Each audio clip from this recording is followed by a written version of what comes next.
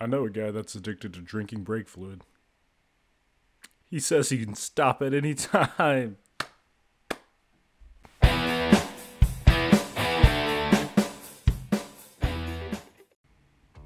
Hey guys, Octane Restorations. Okay, I know that one was pretty bad. Sorry, I gotta make jokes because I'm going through a lot right now. But that's mostly because my brakes went out. Another one. Let's fix these linked brakes. So, same thing like the first problem. We had some old fluid that we're going to flush out, and then since we switched brake pads, every time you switch brake pads, it's just good practice. Go ahead and bleed the brakes. So with this linked brake system, so again, the foot pedal, it's not a rear brake, it's a linked brake, which I probably will call it a rear brake multiple times in this video because every other freaking motorcycle I own, the pedal is just the rear brake. So to properly bleed this linked brake system, you're going to want to do the front left brake caliper first, and then you're going to bleed the rear brake caliper. And that's what we're going to do here. You want to make sure your fluid is full, which I'll show you where the fluid reservoir is in this linked brake system.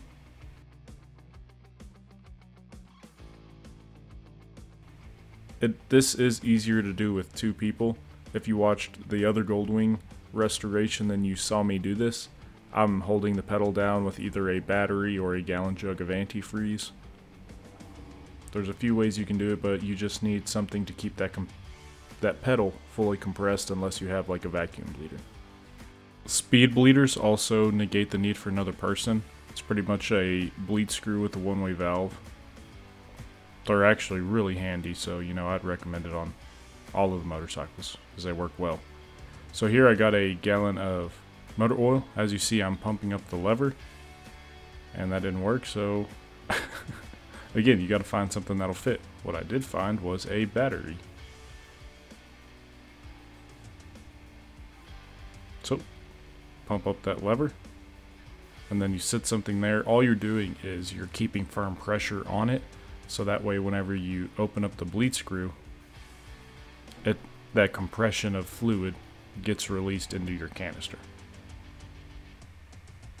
And as you see, there is fluid bleeding out, and then while compression is still held, you close it and then you repump up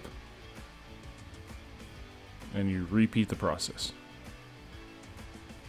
Again, check your fluid, make sure you don't run out of fluid. You don't want to introduce air into the system.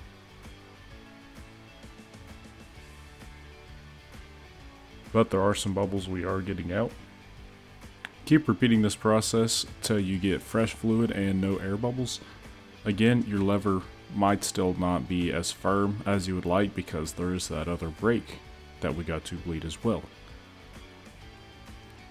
So again, just keep pumping up, keep doing this till you are satisfied with the firmness for the front, and then we will do the back because again, this is the same system. I'm just going to slow it down so I can show you the bleed screw on the back caliper right here. Most saddlebags will have a hole with a cover in them on the left saddlebag that you can actually access the bleed screw without taking the saddlebags off. Some of the newer GL1500s like the 88s, 89s, 90s, I don't believe they did, but some people take a hole saw and make one and just drill into your saddlebag and then cover it because that's what Honda did. Again, you want to ensure that brake fluid is kept in a sealed container. You don't want it to be open because open brake fluid absorbs moisture. You also want to keep fluid from getting on anything painted. Bare metal, that's not really going to hurt, but painted surfaces, it will destroy the paint very, very quickly. But as you can see, that's what the fluid looks like. Now I'm getting a super firm brake pedal. I am going to go ahead and flush the system. So with this, you got to repeat the same process because it's not gravity fed. It does kind of take a long time, or you can use a vacuum bleeder. But now once you do that, you can go ahead and you can put your front covers back on because we are pretty much done with this. We've got the tire change, new brake pads, and the brakes have been bled. These covers are held on with 3 screws. And then there's a little cover plate that is just grommets. And I believe these are 10mm. Everything on this motorcycle is either an 8, 10, 12, 13, 22, 25. But these are either 8 or 10s.